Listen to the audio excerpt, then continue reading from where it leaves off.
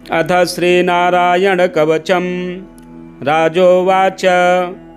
यया गुप्तः सहस्राक्षः सवाहान् रिपुसैनिकान् क्रीडन्निव विनिर्जित्य त्रिलोक्या बुभुजे श्रियं भगवस्तन्नमाख्याहि वर्मनारायणात्मकं यथा तथाइनः शत्रून् येन गुप्तो जयन्मृधे।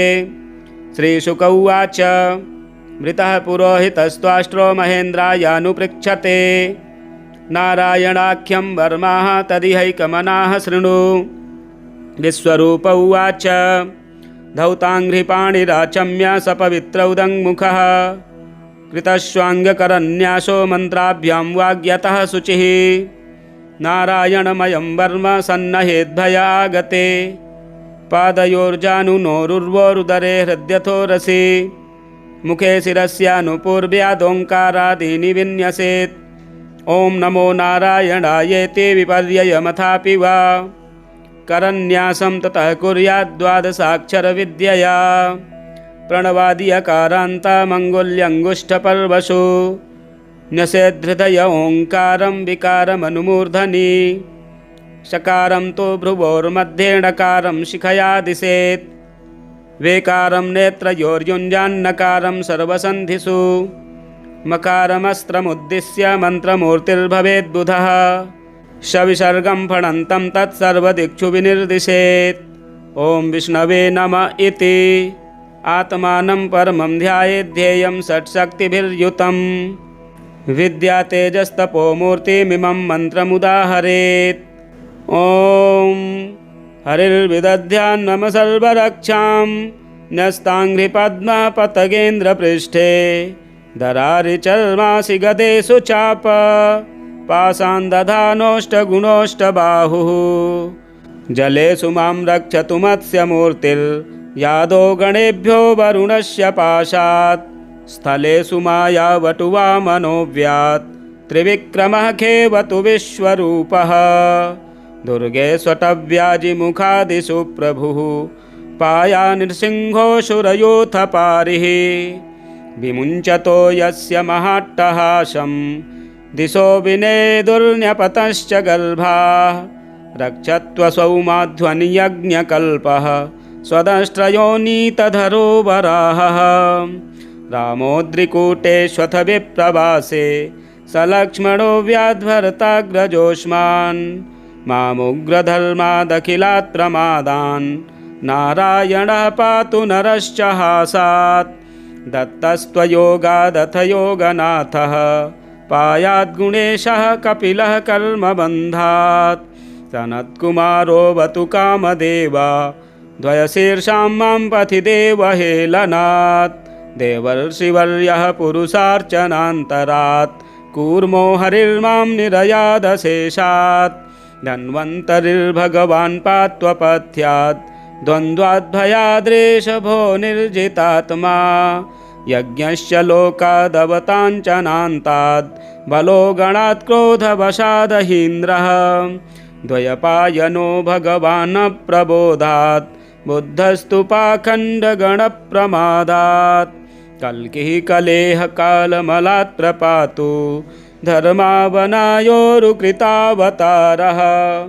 मां केशवो गदया प्रातरव्यात् गोविन्द आशङ्गवमात्तवेणुः नारायणः प्राण्ढ उदात्तशक्तिर्मध्यं दिने विष्णुररीन्द्रपाणिः देवोपराह्ने मधुहोग्रधन्वा सायं त्रिधामावतु माधवो मां दोषे हृषीकेश उतार्धरात्रे निशीथ एकोऽवतु पद्मनाभः श्रीवत्सधामा पररात्र ईशः प्रत्यूष ईशोऽसिधरो जनार्दनः दामोदरो व्यादनुसन्ध्यं प्रभाते विश्वेश्वरो भगवान् कालमूर्तिः चक्रं युगान्तानलतिग्मनेमि भ्रमत्समन्ताद्भगवत्प्रयुक्तं दन्दग्धिदन्दग्ध्यरिषैन्यमाशु कक्षं यथा वातसखो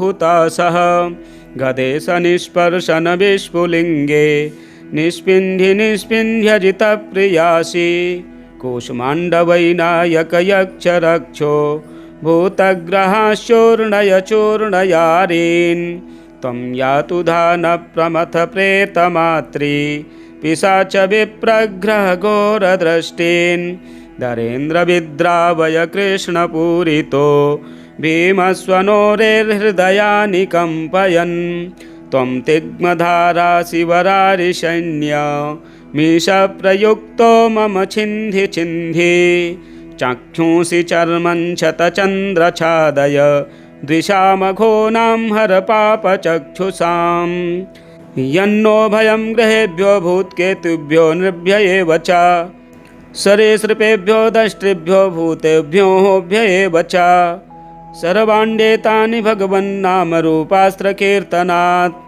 प्रयान्तु संक्षयं सद्यो येन श्रेयः प्रतीपकाः गरुडो भगवान् स्तोत्रस्तो भश्छन्दोमयः प्रभुः रक्षत्वशेषकृच्छ्रेभ्यो विश्वक्सेनः स्वनामभिः सर्वापद्यो हरेर्नाम रूपयानायुधानिनः बुद्धेन्द्रियमनः प्राणान् पान्तु पार्षदभूषणाः यथा हि भगवानेव वस्तुतः सदसच्चयत् सत्येनानेन नः सर्वे यान्तु नाशमुपद्रवाः यथैकात्म्यानुभावानां विकल्परहितः स्वयं भूषणायुधलिङ्गाख्या धत्ते शक्तिः स्वमायया तेनैव सत्यमानेन सर्वज्ञो भगवान् हरिः पातु सर्वैः स्वरूपैर्नः सदा सर्वत्र सर्वगः विदिक्षुदिक्षोर्ध्वमधः समन्ता दन्तर्बहिर्भगवान् नारसिंहः प्रहापयन् लोकभयं स्वनेन स्वतेजसाग्रस्तसमस्ततेजा मघवन्यदमाख्यातं वर्मनारायणात्मकं विशेषस्यञ्जसा येन दंसितोऽसुरयूथपान् एतद्धारयमाणस्तु यं यं पश्यति चक्षुषा पदा वा संस्पृशेत् सद्यः साध्वसात् स विमुच्यते न कुतश्चिद्भयं तस्य विद्यां धारयतो भवेत् राजदस्युग्रहादिभ्यो व्याघ्रादिभ्यश्च कर्ह्य चेत् इमां विद्यां पुरा कश्चित् कौशुको धारयन् द्विजः योगधारणया स्वाङ्गं जहौषा मरुधन्वनि तस्योपरि विमानेन गन्धर्वपतिरेकदा ययौ चित्ररथस्त्रीभिर्वृतो यत्र दुजक्षयः गगनान्यपतत् सद्यः स विमानो ह्यवाक्षिराः सवालखिल्यवचनादस्थिन्यादाय विस्मितः प्रास्य प्राचे सरस्वत्यां स्नात्वा धाम स्वमन्वगात् श्रीशुक उवाच य इदं शृणुयात् काले यो धारयति चादृतः तं नमस्यन्ति भूतानि मुच्यते सर्वतो भयात् एतां विद्यामधिगतो विश्वरूपाच्छतक्रतुः त्रैलोक्यलक्ष्मीं बुभुजे विनिर्जित्य मृधेशुरान्। श्रीमद्भागवत महापुराणे पारमहंस्यां संहितायां षष्ठस्कन्धे नारायणवर्मकथनं। जय जय श्रीनारायणार्पणमस्तु। श्रीविष्णुकवचं ध्यानम्। शान्ताकारं भुजगशयनं पद्मनाभं सुरेशं विश्वाकारं गगनसदृशं मेघवर्णं शुभांगं लक्ष्मीकान्तं कमलनयनं योगिभिर्ध्यानगम्यं वन्दे विष्णुं भवभयहरं सर्वलोकैकनाथं मेघश्यामं पीतकौशेयवासं श्रीवत्सांगं कौस्तुभोद्भासितांगं पुण्योपेतं पुण्डरीकायताक्षं विष्णुं वन्दे सर्वलोकैकनाथं शशङ्खचक्रं शकरीटकुण्डलं शपीतवस्त्रं सरसीरुहेक्षणं सहारवक्षस्थलशोभिकौस्तुभं नमामि विष्णुं शिरसा चतुर्भुजम्। ॐ पूर्वतो मां हरिः पातु पश्चात् श्रीः सदक्षिणे श्रीकृष्ण उत्तरे पातु श्रीगोविष्णुश्च सर्वशः ऊर्ध्वं मे नन्दनी पातु अधस्ता सारङ्घ्रित् सदा। पादौ पातु सरोजाङ्गे अङ्गे पातु जनार्दनः। जानुनी मे जगन्नाथः ऊरु पातु त्रिविक्रमः। गुह्यं पातु हृषीकेशः पृष्ठं पातु ममाव्ययः। पातुं नाभिं ममानन्तः कुक्षिं राक्षसमर्दनः। दामोदरो मे हृदयं वक्षः पातु निर्केसरी। करौ मे कालिया रातिः भुजौ भक्तार्तिभञ्जनः। कण्ठं कालाम्बुदश्यामः स्कन्धौ मे कंसमर्दनः। नारायणो मे व्यान्नाशां कर्णौ मे च प्रभञ्जनः। कपालं पातु वैकुण्ठः जिह्वां पातु दयानिधिः। आस्यं दशास्य हन्ताव्यात् नेत्रे मे पद्मलोचनः। भ्रुवौ मे पातु भूमा च ललाटं मे सदाच्युतः। मुखं मे पातु गोविन्दः शिखां गरुडवाहनः। मां शेषशायी सर्वेभ्यो व्याधिभ्यो भक्तवत्सलः। पिशाचाग्निज्वरेभ्यो माम् आपद्भ्योऽवतु माधवः। सर्वेभ्यो दुरितेभ्यश्च पातु मां पुरुषोत्तमः। इदं श्रीविष्णुकवचं सर्वमङ्गलदायकं सर्वरोगप्रशमनं सर्वशत्रुविनाशनम्। एवं जजाप तत्काले स्यात् परश्चाक्षरं परम्। त्रिसन्ध्यं यः पठेच्छुद्धः सर्वत्र विजयी भवेत्। श्रीविष्णुकवचस्तोत्रं सम्पूर्णम्। अथ श्रीनारायणकवचं राजोवाच। यया गुप्तः सहस्राक्षः सवाहान् रिपुसैनिकान् क्रीडन्निव विनिर्जित्य त्रिलोक्या बुभुजे श्रियम्। भगवस्मन्नमाख्याहि वर्मनारायणात्मकम्। यथा ततायिनः शत्रून् येन गुप्तो जयन्मृधे। श्रीशुक उवाच। मृतः पुरोहितस्त्वाष्ट्रो महेन्द्रायानुपृच्छते। नारायणाख्यं वर्माः तदिहैकमनाः शृणु। विश्वरूप उवाच। धौताङ्घ्रिपाणिराचम्य सपवित्रौदङ्मुखः। कृतश्वाङ्गकरन्यासो मन्त्राभ्यां वाग्यतः शुचिः। नारायणमयं वर्म सन्नहेद्भयागते। पादयोर्जानुनोरुर्वोरुदरे हृद्यथोरसि। मुखे शिरस्यानुपूर्व्यादोङ्कारादीनि विन्यसेत्। ॐ नमो नारायणायेति विपर्ययमथापि वा। करन्यासं ततः कुर्यात् द्वादशाक्षरविद्यया। प्रणवादियकारान्तामङ्गुल्यङ्गुष्ठपर्वशु। न्यसेद्धृदय ओङ्कारं विकारमनुमूर्धनि। शकारं तु भ्रुवोर्मध्ये णकारं शिखया दिशेत्। वेकारं नेत्रयोर्युञ्जान्नकारं सर्वसन्धिषु। मकारमस्त्रमुद्दिश्य मन्त्रमूर्तिर्भवेद्बुधः। सविसर्गं फणन्तं तत्सर्वदिक्षु विनिर्दिशेत्। ॐ विष्णवे नमः इति। आत्मानं परमं ध्यायेद्धेयं षट्शक्तिभिर्युतम्। विद्यातेजस्तपोमूर्तिमिमं मन्त्रमुदाहरेत्। ॐ हरिर्विदध्यान्मम सर्वरक्षां। न्यस्ताङ्घ्रिपद्मपतगेन्द्रपृष्ठे। दरारिचर्मासि गदेषु चाप। पाशान् दधानोऽष्टगुणोऽष्टबाहुः। जलेषु मां रक्षतु मत्स्यमूर्तिर्यादो गणेभ्यो वरुणस्य पाशात्। स्थलेषु मायावटुवामनोऽव्यात्। त्रिविक्रमः खेवतु विश्वरूपः।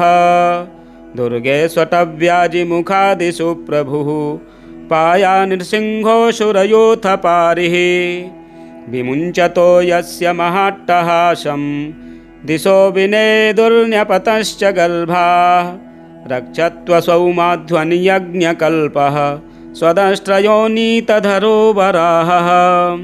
रामोद्रिकूटेष्वथ विप्रवासे। सलक्ष्मणो व्याध्वरताग्रजोष्मान्। मामुग्रधर्मादखिलात् प्रमादान्। नारायणः पातु नरश्च हासात्।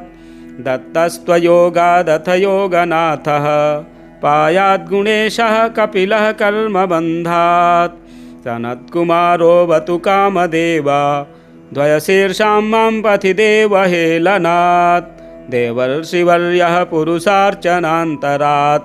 कूर्मो हरिर्मां निरयादशेषात् धन्वन्तरिर्भगवान् पात्वपथ्यात् द्वन्द्वाद्भयाद्रेषभो निर्जितात्मा यज्ञश्च लोकादवताञ्चनान्ताद् बलो गणात् क्रोधवशादहीन्द्रः द्वयपायनो भगवान् प्रबोधात् बुद्धस्तु पाखण्डगणप्रमादात् कल्किः कलेह कालमलात् प्रपातु धर्मावनायोरुकृतावतारः मां केशवो गदया प्रातरव्यात् गोविन्द आशङ्गवमात्तवेणुः नारायणः प्राण्ढ उदात्तशक्तिर्मध्यं दिने विष्णुररीन्द्रपाणिः देवोपराह्ने मधुहोग्रधन्वा सायं त्रिधामावतु माधवो मां दोषे हृषीकेश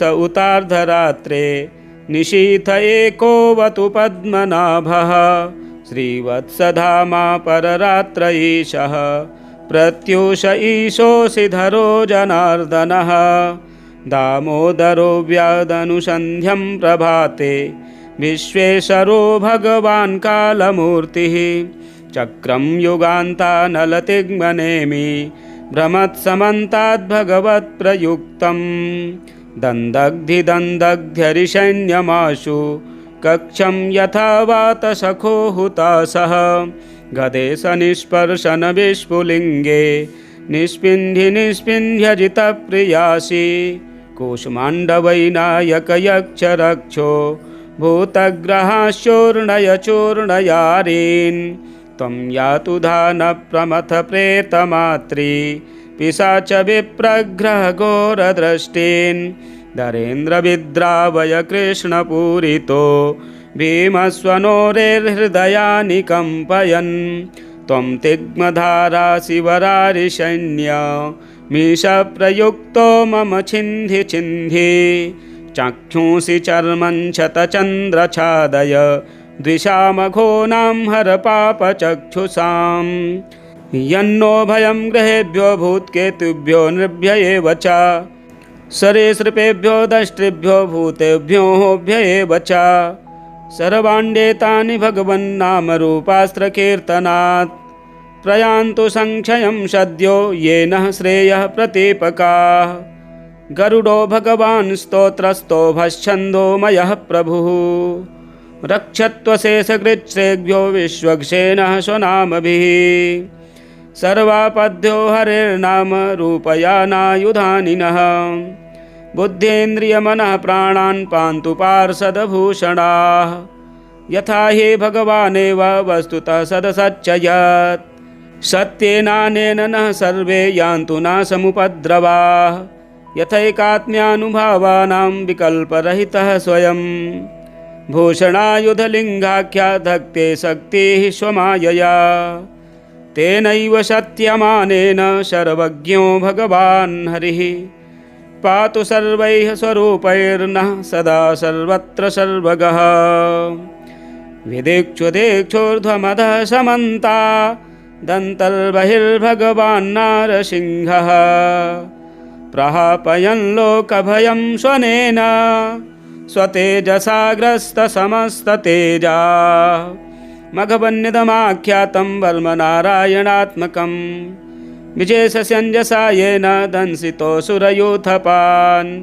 एतद्धारयमाणस्तु यं यं पश्यति चक्षुषा पदा वा संस्पृशेत् सद्यः साध्वसात् स विमुच्यते न कुतश्चिद्भयं तस्य विद्यां धारयतो भवेत् राजदस्युग्रहादिभ्यो व्याघ्रादिभ्यश्च कर्ह्य चेत् इमां विद्यां पुरा कश्चित् कौशुको धारयन् द्विजः योगधारणया स्वाङ्गं जहौषा मरुधन्वनि तस्योपरि विमानेन गन्धर्वपतिरेकदा ययौ चित्ररथस्त्रीभिर्वृतो यत्र दुजक्षयः गगनान्यपतत् सद्यः स विमानो ह्यवाक्षिराः सवालखिल्यवचनादस्तीन्यादाय विस्मितः प्रास्य प्राचे सरस्वत्यां स्नात्वा धाम स्वमन्वगात् श्रीशुक उवाच य इदं शृणुयात् काले यो धारयति चादृतः तं नमस्यन्ति भूतानि मुच्यते सर्वतो भयात्।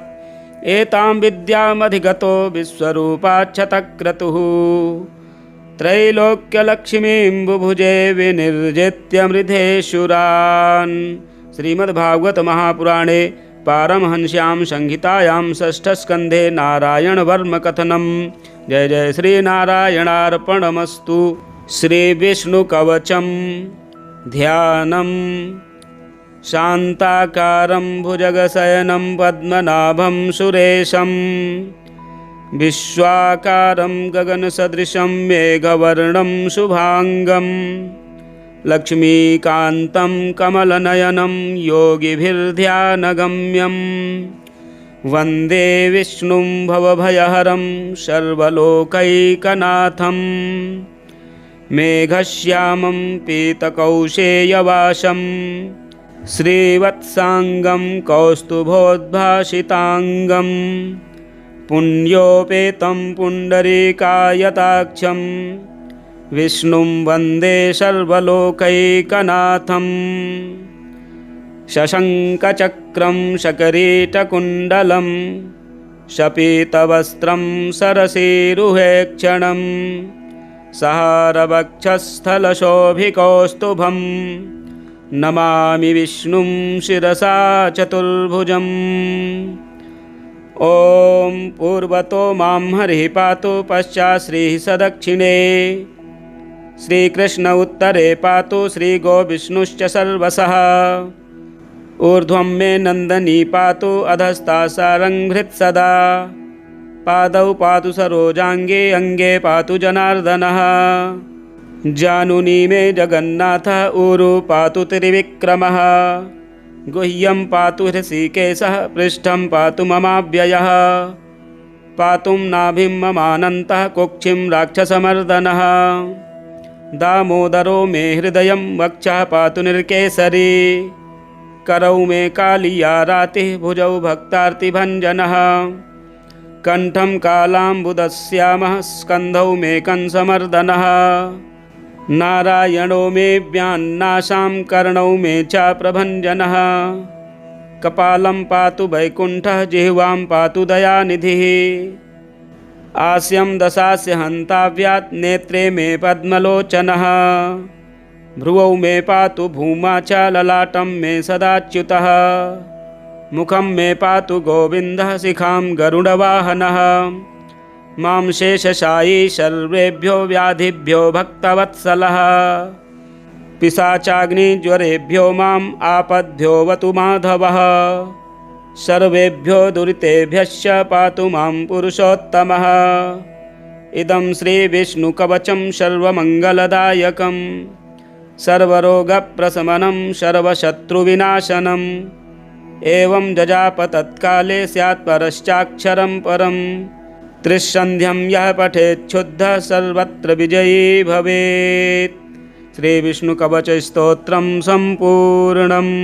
अथ श्रीनारायणकवचं राजोवाच यया गुप्तः सहस्राक्षः सवाहान् रिपुसैनिकान् क्रीडन्निव विनिर्जित्य त्रिलोक्या बुभुजे श्रियम् भगवस्तन्नमाख्याहि वर्मनारायणात्मकम् यथा तथाइनः शत्रून् येन गुप्तो जयन्मृधे।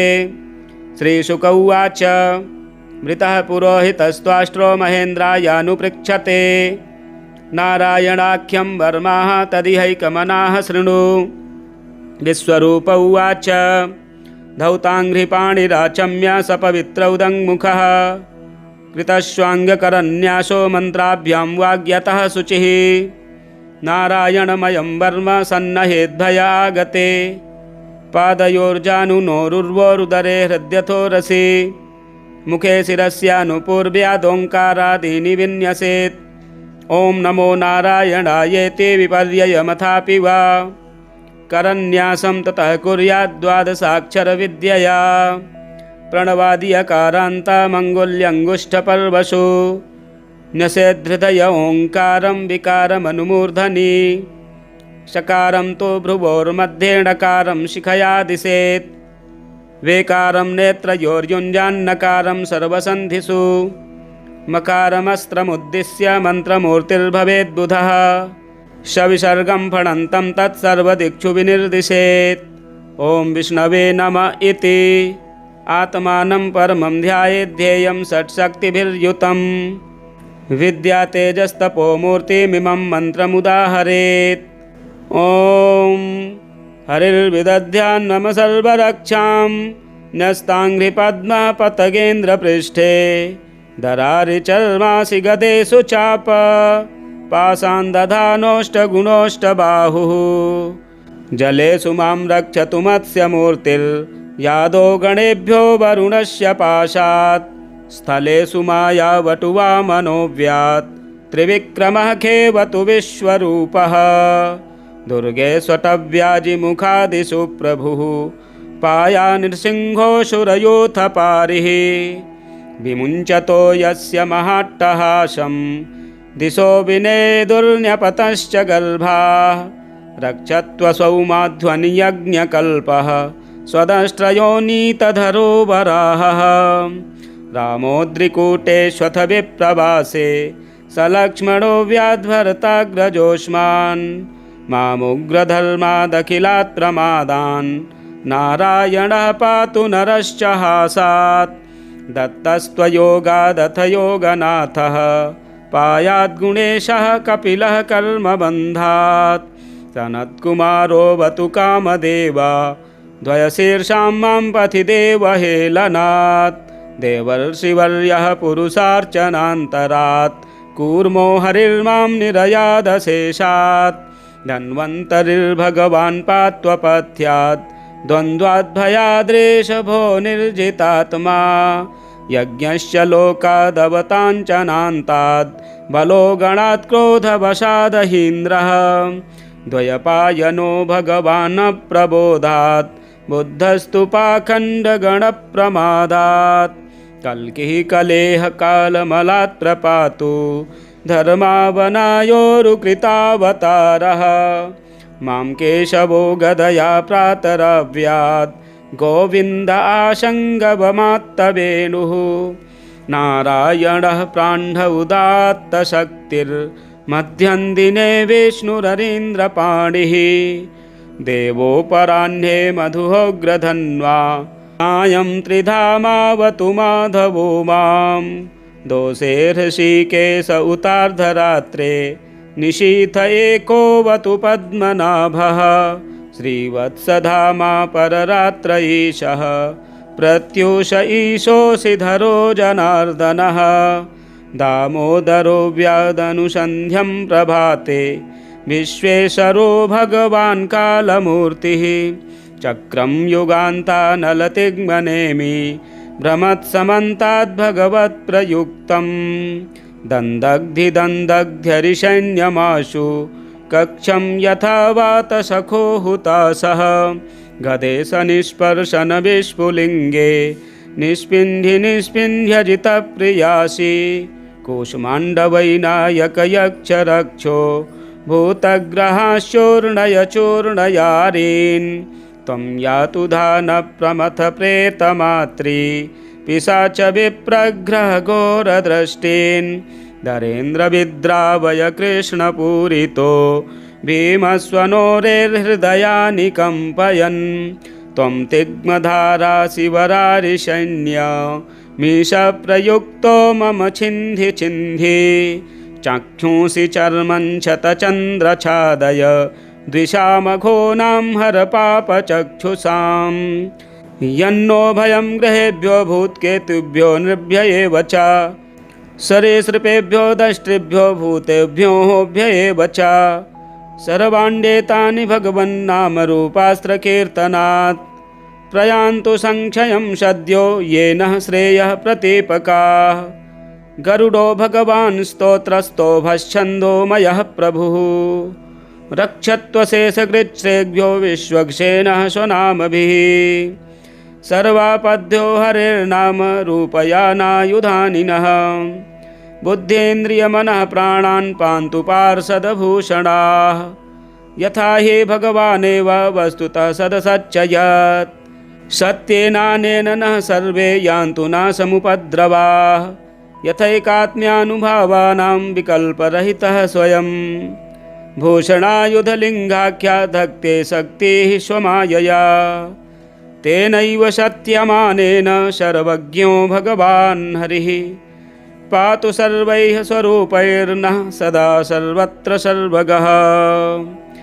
विदिक्षुदिक्षोर्ध्वमधः समन्ता दन्तर्बहिर्भगवान् नारसिंहः प्रहापयन् लोकभयं स्वनेन स्वतेजसाग्रस्तसमस्ततेजा मघवन्यदमाख्यातं वर्मनारायणात्मकं विशेषस्यञ्जसा येन दंसितोऽसुरयूथपान् एतद्धारयमाणस्तु यं यं पश्यति चक्षुषा पदा वा संस्पृशेत् सद्यः साध्वसात् स विमुच्यते न कुतश्चिद्भयं तस्य विद्यां धारयतो भवेत् राजदस्युग्रहादिभ्यो व्याघ्रादिभ्यश्च कर्ह्य चेत् इमां विद्यां पुरा कश्चित् कौशुको धारयन् द्विजः योगधारणया स्वाङ्गं जहौषा मरुधन्वनी तस्योपरि विमानेन गन्धर्वपतिरेकदा ययौ चित्ररथस्त्रीभिर्वृतो यत्र दुजक्षयः गगनान्यपतत् सद्यः स विमानो ह्यवाक्षिराः सवालखिल्यवचनादस्थिन्यादाय विस्मितः प्रास्य प्राचे सरस्वत्यां स्नात्वा धाम स्वमन्वगात् श्रीशुक उवाच य इदं शृणुयात् काले यो धारयति चादृतः तं नमस्यन्ति भूतानि मुच्यते सर्वतो भयात् एतां विद्यामधिगतो विश्वरूपाच्छतक्रतुः त्रैलोक्यलक्ष्मीं बुभुजे विनिर्जित्य मृधेशुरान्। श्रीमद्भागवत महापुराणे पारमहंस्यां संहितायां षष्ठस्कन्धे नारायणवर्मकथनं। जय जय श्रीनारायणार्पणमस्तु। श्रीविष्णुकवचं ध्यानम्।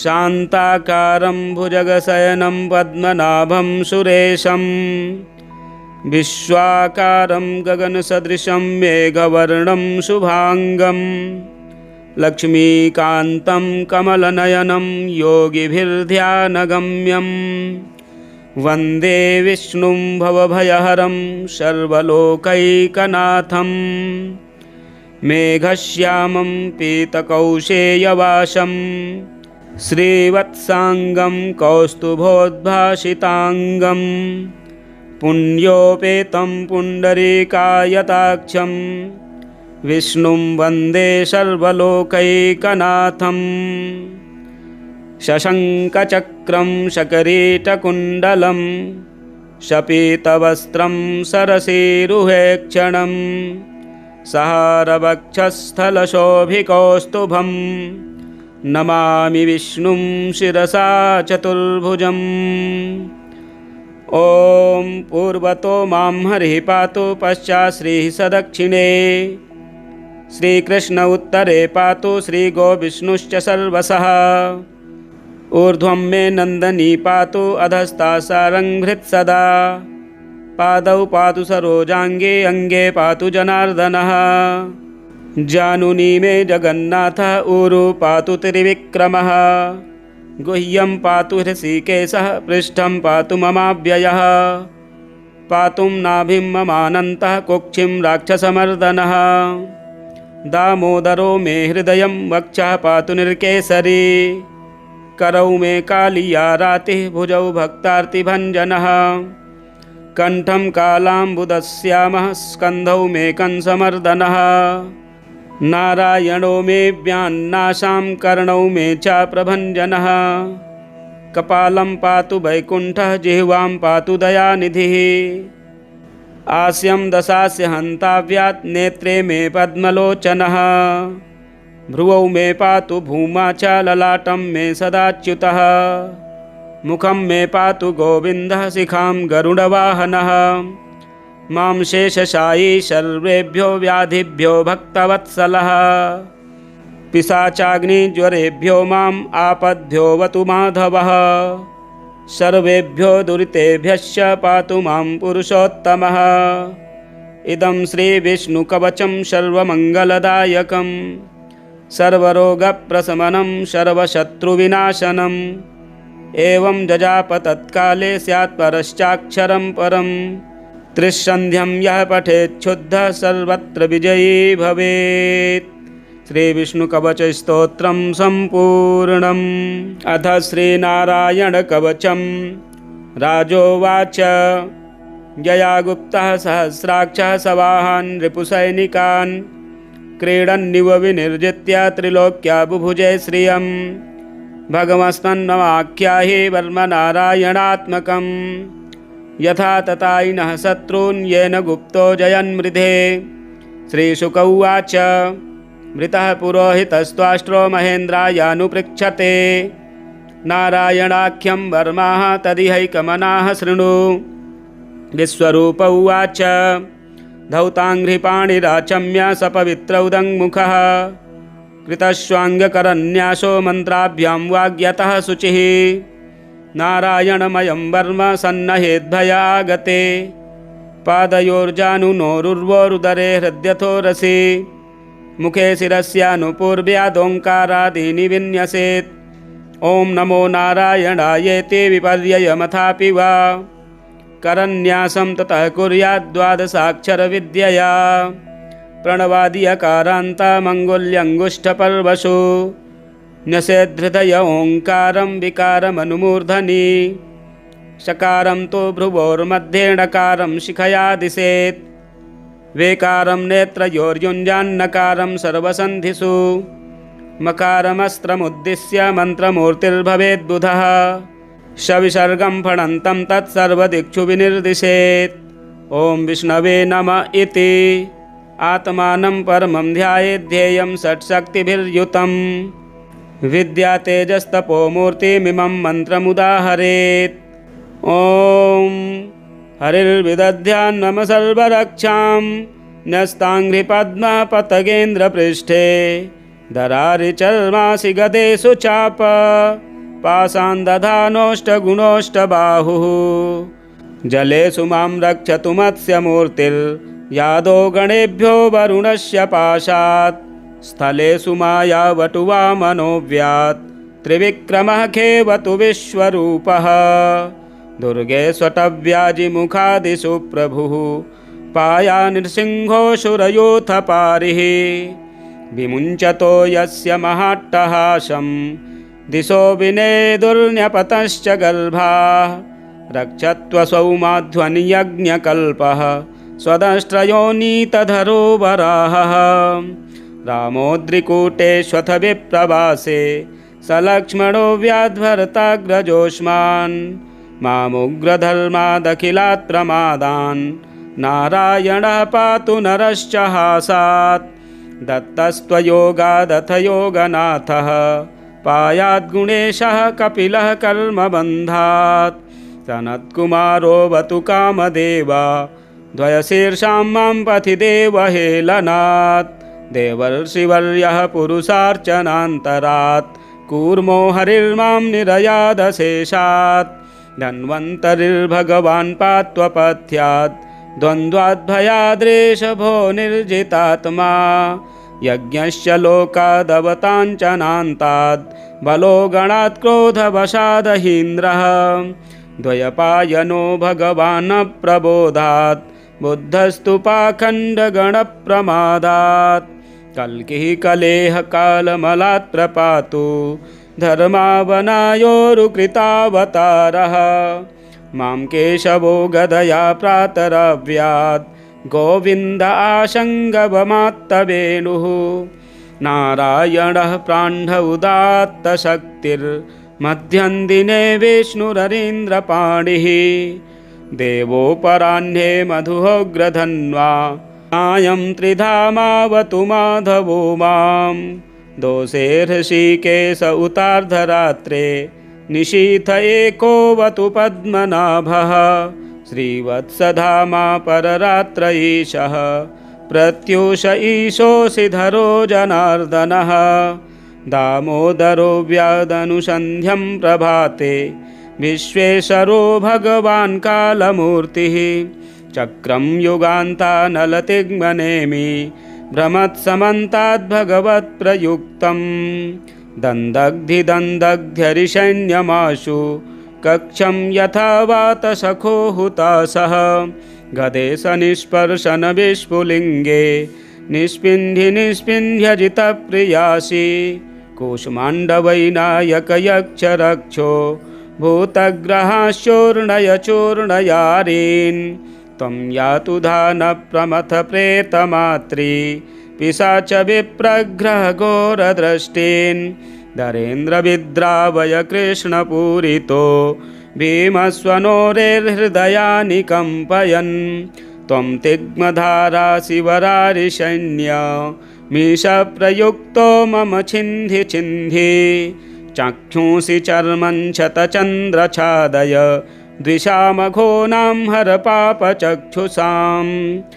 यन्नो भयं ग्रहेभ्यो भूत्केतुभ्यो नृभ्य एव च सरीसृपेभ्यो दष्ट्रिभ्यो भूतेभ्योऽभ्य एव च सर्वाण्डेतानि भगवन्नामरूपास्त्रकीर्तनात् प्रयान्तु संक्षयं सद्यो येन श्रेयः प्रतीपकाः गरुडो भगवान् स्तोत्रस्तो भश्छन्दोमयः प्रभुः रक्षत्वशेषकृच्छ्रेभ्यो विश्वक्षेणः स्वनामभिः सर्वापद्यो हरेर्नाम रूपयानायुधानिनः बुद्धेन्द्रियमनः प्राणान् पान्तु पार्षदभूषणाः यथा हि भगवानेव वस्तुतः सदसच्चयत् सत्येनानेन नः सर्वे यान्तु नाशमुपद्रवाः यथैकात्म्यानुभावानां विकल्परहितः स्वयं भूषणायुधलिङ्गाख्या धत्ते शक्तिः स्वमायया तेनैव सत्यमानेन सर्वज्ञो भगवान् हरिः पातु सर्वैः स्वरूपैर्नः सदा सर्वत्र सर्वगः विदिक्षुदिक्षोर्ध्वमधः समन्ता दन्तर्बहिर्भगवान् नारसिंहः प्रहापयन् लोकभयं स्वनेन स्वतेजसाग्रस्तसमस्ततेजा मघवन्यदमाख्यातं वर्मनारायणात्मकं विशेषस्यञ्जसा येन दंसितोऽसुरयूथपान् एतद्धारयमाणस्तु यं यं पश्यति चक्षुषा पदा वा संस्पृशेत् सद्यः साध्वसात् स विमुच्यते न कुतश्चिद्भयं तस्य विद्यां धारयतो भवेत् राजदस्युग्रहादिभ्यो व्याघ्रादिभ्यश्च कर्ह्यचेत् इमां विद्यां पुरा कश्चित् कौशुको धारयन् द्विजः योगधारणया स्वाङ्गं जहौषा मरुधन्वनि तस्योपरि विमानेन गन्धर्वपतिरेकदा ययौ चित्ररथस्त्रीभिर्वृतो यत्र दुजक्षयः गगनान्यपतत् सद्यः स विमानो ह्यवाक्षिराः सवालखिल्यवचनादस्तीन्यादाय विस्मितः प्रास्य प्राचे सरस्वत्यां स्नात्वा धाम स्वमन्वगात् श्रीशुक उवाच य इदं शृणुयात् काले यो धारयति चादृतः तं नमस्यन्ति भूतानि मुच्यते सर्वतो भयात् एतां विद्यामधिगतो विश्वरूपाच्छतक्रतुः त्रैलोक्यलक्ष्मीं बुभुजे विनिर्जित्य मृधेशुरान्। श्रीमद्भागवत महापुराणे पारमहंस्यां संहितायां षष्ठस्कन्धे नारायणवर्मकथनं। जय जय श्रीनारायणार्पणमस्तु। श्रीविष्णुकवचं ध्यानम्। शान्ताकारं भुजगशयनं पद्मनाभं सुरेशं विश्वाकारं गगनसदृशं मेघवर्णं शुभांगं लक्ष्मीकान्तं कमलनयनं योगिभिर्ध्यानगम्यं वन्दे विष्णुं भवभयहरं सर्वलोकैकनाथं मेघश्यामं पीतकौशेयवासं श्रीवत्सांगं कौस्तुभोद्भासितांगं पुण्योपेतं पुण्डरीकायताक्षं विष्णुं वन्दे सर्वलोकैकनाथं शशङ्खचक्रं शकरीटकुण्डलं शपीतवस्त्रं सरसीरुहेक्षणं सहारवक्षस्थलशोभिकौस्तुभं नमामि विष्णुं शिरसा चतुर्भुजम्। ॐ पूर्वतो मां हरिः पातु पश्चात् श्रीः सदक्षिणे श्रीकृष्ण उत्तरे पातु श्रीगोविष्णुश्च सर्वशः ऊर्ध्वं मे नन्दनी पातु अधस्ता सारङ्घ्रित् सदा पादौ पातु सरोजाङ्गे अङ्गे पातु जनार्दनः जानुनी मे जगन्नाथः ऊरु पातु त्रिविक्रमः गुह्यं पातु हृषीकेशः पृष्ठं पातु ममाव्ययः पातुं नाभिं ममानन्तः कुक्षिं राक्षसमर्दनः दामोदरो मे हृदयं वक्षः पातु निर्केसरी करौ मे कालियारातिः भुजौ भक्तार्तिभञ्जनः कण्ठं कालाम्बुदश्यामः स्कन्धौ मे कंसमर्दनः नारायणो मे व्यान्नाशां कर्णौ मे च प्रभञ्जनः कपालं पातु वैकुण्ठः जिह्वां पातु दयानिधिः आस्यं दशास्य हन्ताव्यात् नेत्रे मे पद्मलोचनः भ्रुवौ मे पातु भूमा च ललाटं मे सदाच्युतः मुखं मे पातु गोविन्दः शिखां गरुडवाहनः मां शेषशायी सर्वेभ्यो व्याधिभ्यो भक्तवत्सलः पिशाचाग्निज्वरेभ्यो माम् आपद्भ्योऽवतु माधवः सर्वेभ्यो दुरितेभ्यश्च पातु मां पुरुषोत्तमः इदं श्रीविष्णुकवचं सर्वमङ्गलदायकं सर्वरोगप्रशमनं सर्वशत्रुविनाशनम् एवं जजाप तत्काले स्यात् परश्चाक्षरं परम् त्रिसन्ध्यं यः पठेच्छुद्धः सर्वत्र विजयी भवेत्। श्रीविष्णुकवचस्तोत्रं सम्पूर्णम्। अथ श्रीनारायणकवचं राजोवाच यया गुप्तः सहस्राक्षः सवाहान् रिपुसैनिकान् क्रीडन्निव विनिर्जित्य त्रिलोक्या बुभुजे श्रियम् भगवस्तन्नमाख्याहि वर्मनारायणात्मकम् यथा तथायिनः शत्रून् येन गुप्तो जयन्मृधे। श्रीशुक उवाच मृतः पुरोहितस्त्वाष्ट्रो महेन्द्रायानुपृच्छते नारायणाख्यं वर्माः तदिहैकमनाः शृणु। विश्वरूप उवाच धौताङ्घ्रिपाणिराचम्य सपवित्रौदङ्मुखः कृतश्वाङ्गकरन्यासो मन्त्राभ्यां वाग्यतः शुचिः नारायणमयं वर्म सन्नहेद्भयागते पादयोर्जानुनोरुर्वोरुदरे हृद्यथो रसि मुखे शिरस्यानुपूर्व्यादोङ्कारादीनि विन्यसेत्। ॐ नमो नारायणायेति विपर्ययमथापि वा करन्यासं ततः कुर्याद्द्वादशाक्षरविद्यया प्रणवादियकारान्तामङ्गुल्यङ्गुष्ठपर्वशु न्यसेद्धृदय ओङ्कारं विकारमनुमूर्धनि शकारं तु भ्रुवोर्मध्ये णकारं शिखया दिशेत् वेकारं नेत्रयोर्युञ्जान्नकारं सर्वसन्धिषु मकारमस्त्रमुद्दिश्य मन्त्रमूर्तिर्भवेद्बुधः सविसर्गं फणन्तं तत्सर्वदिक्षु विनिर्दिशेत्। ॐ विष्णवे नमः इति आत्मानं परमं ध्यायेद्धेयं षट्शक्तिभिर्युतं विद्यातेजस्तपोमूर्तिमिमं मन्त्रमुदाहरेत्।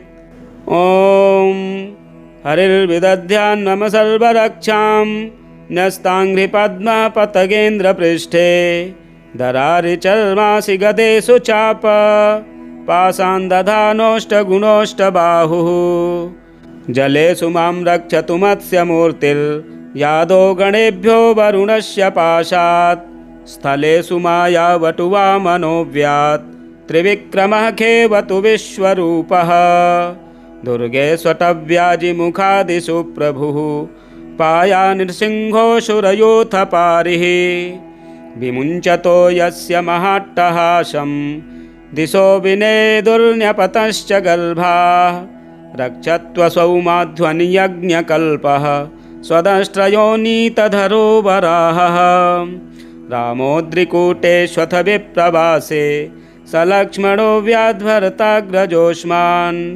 मामुग्रधर्मादखिलात् प्रमादान् नारायणः पातु नरश्च हासात् दत्तस्त्वयोगादथ योगनाथः पायाद्गुणेशः कपिलः कर्मबन्धात् सनत्कुमारोऽवतु कामदेवा द्वयशीर्षां मां पथि देवहेलनात् देवर्षिवर्यः पुरुषार्चनान्तरात् कूर्मो हरिर्मां निरयादशेषात् धन्वन्तरिर्भगवान् पात्वपथ्यात् द्वन्द्वाद्भयाद्रेषभो निर्जितात्मा यज्ञश्च लोकादवताञ्चनान्ताद् बलो गणात् क्रोधवशादहीन्द्रः द्वयपायनो भगवान् प्रबोधात् बुद्धस्तु पाखण्डगणप्रमादात् कल्किः कलेह कालमलात् प्रपातु धर्मावनायोरुकृतावतारः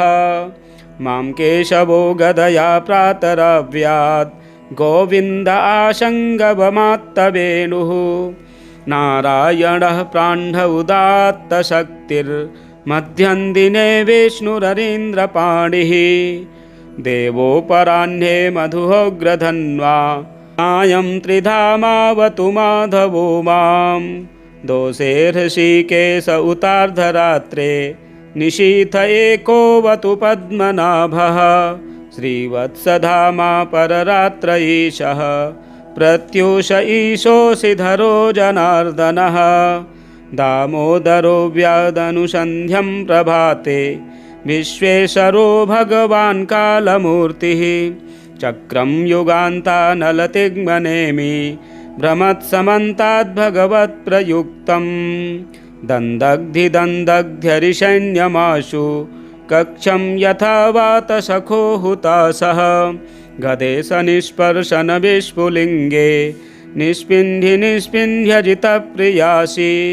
कूष्माण्डवैनायकयक्षरक्षो भूतग्रहाश्चूर्णय चूर्णयारीन् त्वं यातु धानप्रमथ प्रेतमात्री पिशाच विप्रग्रह घोरदृष्टीन् धरेन्द्रविद्रावय कृष्णपूरितो भीमस्वनोरेर्हृदयानि कम्पयन् त्वं तिग्मधारा शिवरारिशैन्य मीशप्रयुक्तो मम छिन्धि छिन्धि चक्षुंसि चर्मं शतचन्द्रछादय द्विषामघोनां हर पापचक्षुषां यन्नो भयं ग्रहेभ्यो भूत्केतुभ्यो नृभ्य एव च सरीसृपेभ्यो दष्ट्रिभ्यो भूतेभ्योऽभ्य एव च सर्वाण्डेतानि भगवन्नामरूपास्त्रकीर्तनात् प्रयान्तु संक्षयं सद्यो येन श्रेयः प्रतीपकाः गरुडो भगवान् स्तोत्रस्तो भश्छन्दोमयः प्रभुः रक्षत्वशेषकृच्छ्रेभ्यो विश्वक्सेनः स्वनामभिः सर्वापद्यो हरेर्नाम रूपयानायुधानिनः बुद्धेन्द्रियमनः प्राणान् पान्तु पार्षदभूषणाः यथा हि भगवानेव वस्तुतः सदसच्चयत् सत्येनानेन नः सर्वे यान्तु नाशमुपद्रवाः यथैकात्म्यानुभावानां विकल्परहितः स्वयं भूषणायुधलिङ्गाख्या धत्ते शक्तिः स्वमायया तेनैव सत्यमानेन सर्वज्ञो भगवान् हरिः पातु सर्वैः स्वरूपैर्नः सदा सर्वत्र सर्वगः विदिक्षुदिक्षुर्ध्वमधः समन्ता दन्तर्बहिर्भगवान् नारसिंहः प्रहापयन् लोकभयं स्वनेन स्वतेजसाग्रस्तसमस्ततेजा मघवन्यदमाख्यातं वर्मनारायणात्मकं विशेषस्यञ्जसा येन दंसितोऽसुरयूथपान् एतद्धारयमाणस्तु यं यं पश्यति चक्षुषा पदा वा संस्पृशेत् सद्यः साध्वसात् स विमुच्यते न कुतश्चिद्भयं तस्य विद्यां धारयतो भवेत् राजदस्युग्रहादिभ्यो व्याघ्रादिभ्यश्च कर्ह्य चेत् इमां विद्यां पुरा कश्चित् कौशुको धारयन् द्विजः योगधारणया स्वाङ्गं जहौषा मरुधन्वनि तस्योपरि विमानेन गन्धर्वपतिरेकदा ययौ चित्ररथस्त्रीभिर्वृतो यत्र दुजक्षयः गगनान्यपतत् सद्यः स विमानो ह्यवाक्षिराः सवालखिल्यवचनादस्ति न्यादाय विस्मितः प्रास्य प्राचे सरस्वत्यां स्नात्वा धाम स्वमन्वगात्। श्रीशुक उवाच य इदं शृणुयात् काले यो धारयति चादृतः तं नमस्यन्ति भूतानि मुच्यते सर्वतो भयात्। एतां विद्यामधिगतो विश्वरूपाच्छतक्रतुः त्रैलोक्यलक्ष्मीं बुभुजे विनिर्जित्य मृधेशुरान्। श्रीमद्भागवत महापुराणे पारमहंस्यां संहितायां षष्ठस्कन्धे नारायणवर्मकथनं। जय जय श्रीनारायणार्पणमस्तु। श्रीविष्णुकवचं ध्यानम्। शान्ताकारं भुजगशयनं पद्मनाभं सुरेशं विश्वाकारं गगनसदृशं मेघवर्णं शुभांगं लक्ष्मीकान्तं कमलनयनं योगिभिर्ध्यानगम्यं वन्दे विष्णुं भवभयहरं सर्वलोकैकनाथं मेघश्यामं पीतकौशेयवासं श्रीवत्सांगं कौस्तुभोद्भासितांगं पुण्योपेतं पुण्डरीकायताक्षं विष्णुं वन्दे सर्वलोकैकनाथं शशङ्खचक्रं शकरीटकुण्डलं शपीतवस्त्रं सरसीरुहेक्षणं सहारवक्षस्थलशोभिकौस्तुभं नमामि विष्णुं शिरसा चतुर्भुजम्। ॐ पूर्वतो मां हरिः पातु पश्चात् श्रीः सदक्षिणे श्रीकृष्ण उत्तरे पातु श्रीगोविष्णुश्च सर्वशः ऊर्ध्वं मे नन्दनी पातु अधस्ता सारङ्घ्रित् सदा पादौ पातु सरोजाङ्गे अङ्गे पातु जनार्दनः जानुनी मे जगन्नाथः ऊरु पातु त्रिविक्रमः गुह्यं पातु हृषीकेशः पृष्ठं पातु ममाव्ययः पातुं नाभिं ममानन्तः कुक्षिं राक्षसमर्दनः दामोदरो मे हृदयं वक्षः पातु निर्केसरी करौ मे कालिया रातिः भुजौ भक्तार्तिभञ्जनः कण्ठं कालाम्बुदश्यामः स्कन्धौ मे कंसमर्दनः नारायणो मे व्यान्नाशां कर्णौ मे च प्रभञ्जनः कपालं पातु वैकुण्ठः जिह्वां पातु दयानिधिः आस्यं दशास्य हन्ताव्यात् नेत्रे मे पद्मलोचनः भ्रुवौ मे पातु भूमा च ललाटं मे सदाच्युतः मुखं मे पातु गोविन्दः शिखां गरुडवाहनः मां शेषशायी सर्वेभ्यो व्याधिभ्यो भक्तवत्सलः पिशाचाग्निज्वरेभ्यो माम् आपद्भ्योऽवतु माधवः सर्वेभ्यो दुरितेभ्यश्च पातु मां पुरुषोत्तमः इदं श्रीविष्णुकवचं सर्वमङ्गलदायकं सर्वरोगप्रशमनं सर्वशत्रुविनाशनम् एवं जजाप तत्काले स्यात् परश्चाक्षरं परम् त्रिसन्ध्यं यः पठेच्छुद्धः सर्वत्र विजयी भवेत्। श्रीविष्णुकवचस्तोत्रं सम्पूर्णम्।